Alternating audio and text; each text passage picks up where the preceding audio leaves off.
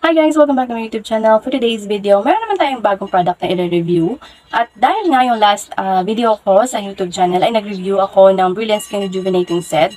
And since nakapahinga na ako ng almost 2 months, magto 2 months na guys na nakapahinga na yung skin ko sa paggamit ng Rejuvenating Set. So, naisip ko na itry na siya. Dahil nung tinatry ko kasi si Brilliant Skin ay lumabas itong product. Pero hindi mo na ako bumili dahil ginagamit ko pa siya. Tapos kailangan ko pa magpahinga. Tapos, ayun, ngayon, nagkaroon na ako ng chance at nakabili na ako ng bagong Series A Beauty Peel Exfoliate with Kakadu. So, yan, gagamitin ko na si Series A soap. Hindi ko na dadalhin kayo sa CR. Hahatiin ko muna ito tapos mag-wash lang ako ng face ko and I'll be right back. Sorry na guys, I'm done washing my face and dahil nga naka-LL tayo ngayon, magti-tissue tayo. Pero ideal talaga guys, na gamitin yung tissue sa pag-wipe sa skin nyo para hindi yung pinapunas nyo sa katawan nyo ay hindi yun yung pinapunas nyo sa face nyo. So ayan, mag-ano muna tayo, mag-dry ng ating skin, napakaganda. And ideal guys na kahit sa anong set guys ng mga ganyan, huwag nyo talagang i-direct yung soap sa skin nyo. Pagulain nyo muna sa kamay nyo bago nyo i-rub sa face nyo. Tapos patagalin nyo ng like 1 minute, ideal na yun 1 minute. Para ma-fully cleanse talaga ang inyong face. So, ayan. Wait lang guys, ang hihingi ng gata sa aking I'm back. Tapos na akong i-dry ang aking skin. So, next natin is yung toner. Guys, in fairness, first wash pa lang dun sa soap and halos wala pang 1 minute yung pag scrub ko sa face ko. Pagka-wash ko sa face ko, medyo may may feeling tight na siya sa skin. So, sa mga rejuvenating set guys, ay hindi ako gumagamit ng cotton, but dito gagamit tayo. Pero kontian lang din naman natin yung patak, mga 5 drops siguro okay na yun. Tapos i-avoid lang natin yung ating eye area, banda dito kasi masyado maninipis yan dyan, tsaka dito syempre i-avoid natin yan. So, maglagay tayo, especially doon sa may mga dark scars ng pimples. So, ayan. Ayaw pa yung yung toner niya, parang talaga guys, parang rejuvenating talaga na toner. Ayan, hindi ko naman nakikita niyo. Basta meron na yan. Tapos, i-rub na natin sa ating skin. Dahan-dahan lang.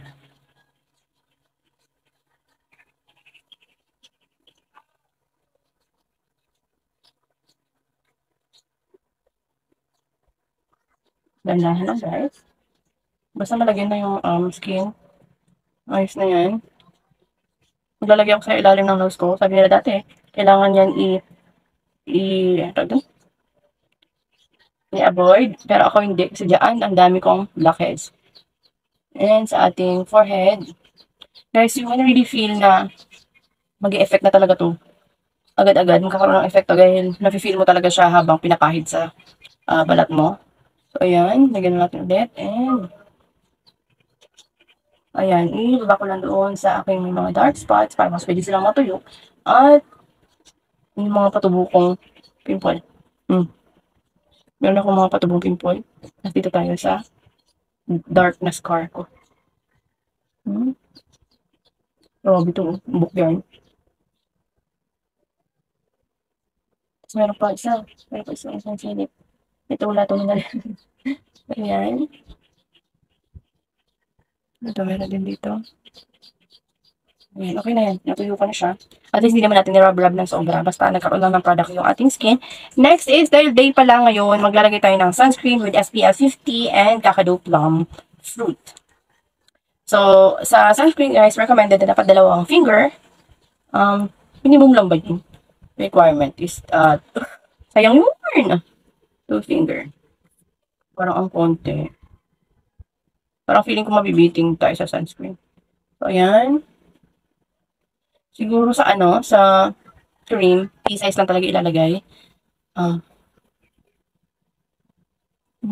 Uy, ang ganda ng sunscreen, parang moisturizer. Pero guys, I can feel na medyo medyo may sakit na. Ba't yun?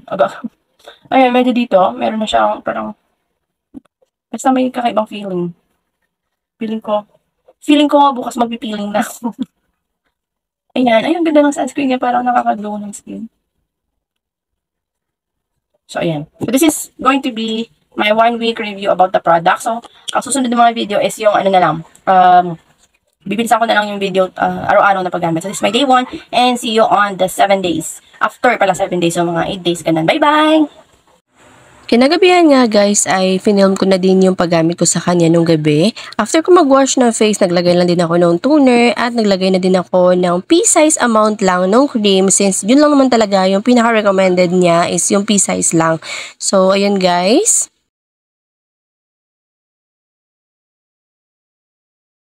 And nagdagdag pala ako ng konting amount lang dun sa mga dark areas like yung mga pimples ko na hindi pa talaga naghilom.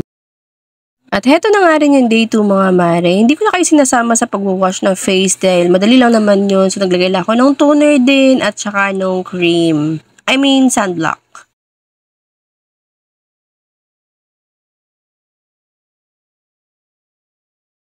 Heto, day 3 na nga at napansin ko mga mare, nagsilabasan yung mga pimples ko pero tinuloy ko pa din yan. Syempre, part of the process, so tinuloy pa rin natin. And day and night pa rin ako naglalagay ng toner dahil sabi pwede naman daw.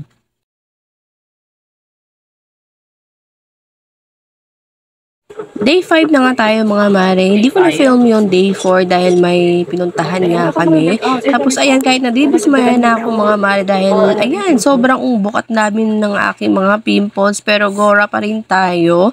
Medyo namumula-mula na siya lalo na pagka may ginawa akong activity na maliliit na activity. Medyo namumula yung face ko pero wala pa rin talaga akong peeling. So ayun lang mga mare. Kinabukasan ng mga mare, film ko yung itsura ng skin ko at ayan na nga siya.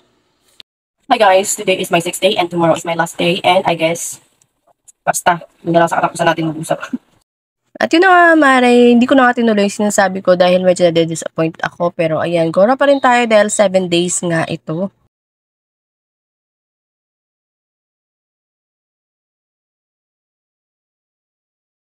Day 7, ito na nga pinaka-last na application ko sa kanya. So, ayan, go pa rin tayo. Nakikita nyo, parang lumala yung skin ko.